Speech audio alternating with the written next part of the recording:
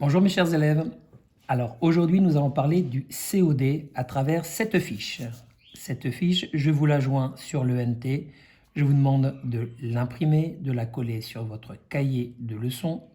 Date d'aujourd'hui, matière grammaire et vous mettez le L qui va bien. Nous allons maintenant la regarder ensemble, cette fiche qui vous explique vraiment ce qu'est le complément d'objet direct. Le COD est un mot ou un groupe de mots. Lorsque je prends la phrase « le chien mange un os », je souligne le verbe, je souligne le COD, le chien mange quoi? Un os. Ici, vous avez donc un mot avec son article qui est devant, qui est COD.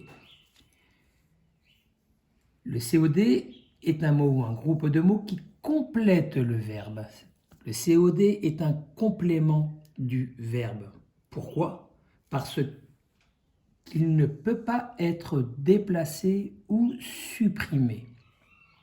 Supprimer, ça voudrait dire que la phrase devient « le chien mange ». Ça ne veut plus rien dire. Déplacer, ça voudrait dire que je peux écrire « un os mange le chien », par exemple. On voit bien que la phrase perd tout son sens initial. Pour reconnaître le COD, on pose la question « qui ou quoi » à partir du verbe. On l'a vu hier. Verbe quoi, verbe qui, cela nous donne le COD. Quelques exemples. Nathalie prépare une tarte. Nathalie prépare quoi? Une tarte. COD. Lydia a aperçu Arthur. Lydia a aperçu qui? Arthur. Arthur, COD. Quelques petites remarques intéressantes et surtout importantes.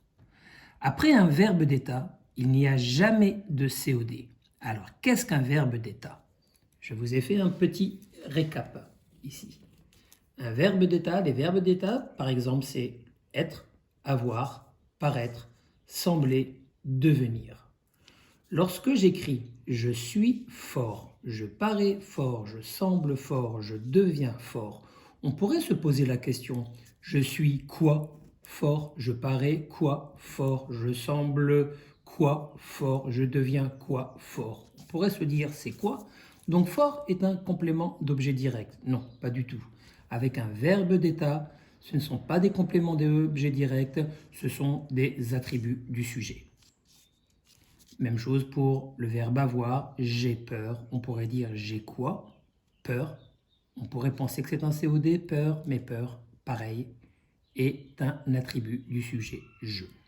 Voilà par rapport à ces petites précisions. Dernière chose quand même. Un COD peut être un pronom personnel. Le, la et l'apostrophe, les, placés avant le verbe. Ça, c'est important. Exemple, il la prépare. Si je prends une phrase un peu plus complète, j'aime la soupe. Verbe, on est toujours sur le même principe. Aime. J'aime quoi? La soupe. La soupe devient donc COD. J'aime la soupe. Mon père la prépare bien. Mon père prépare. Prépare, c'est le verbe. Mon père prépare quoi?